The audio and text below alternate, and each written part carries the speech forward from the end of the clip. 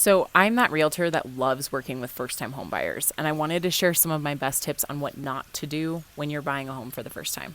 Number one is never start looking for a home without first being pre approved by a lender.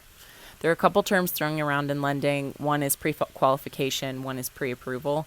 Make sure that you are pre approved by your chosen lender prior to starting your home search.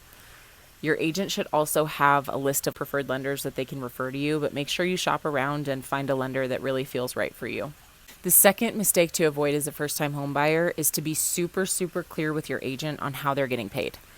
So in Colorado, the most common practice is that the buyer's agent commission is paid as a percentage of the purchase price out of the seller's proceeds at closing. So some agents may try to tell you that you don't pay them. This is like a half truth, as you're like paying for the house, which essentially has their commission built in. That said, you need to be super clear about this with your agent because the listing agent usually sets the buyer's agent commission percentage with the seller when they sign on the listing. So if you're signing on with an agent and agreeing to potentially pay more than what's being offered on the listing, you may actually have to pay for the difference out of pocket as the buyer. The third mistake to avoid is to make sure that you're hiring an agent that's willing to go to bat and negotiate for you. It always cracks me up when I'm going to meet with a listing client and they tell me that they have negotiated a super low commission percentage with other agents and expect me to go even lower than that. And it's like, if you're able to negotiate better than the agent that you're interviewing, is it really that agent that you want to go to bat for you when you're selling your home? I always explain why I charge the percentage that I do, and I'm confident in that because I know that my clients will experience the massive value that I provide throughout the transaction. And oftentimes they actually end up saving or making more than what they would have saved with like the other agents that cut their commission.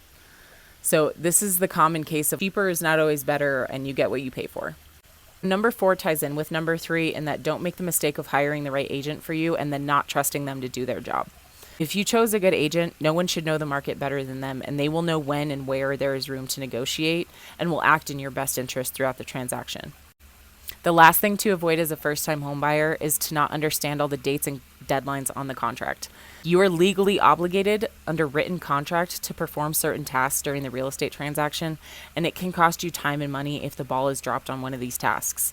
Your agent should be guiding you through this, but you need to make sure that you're aware of what you need to be doing and when. To help my clients with this, I have a checklist that I provide them with everything that they'll need to do once we're under contract, and I actually send them weekly email updates.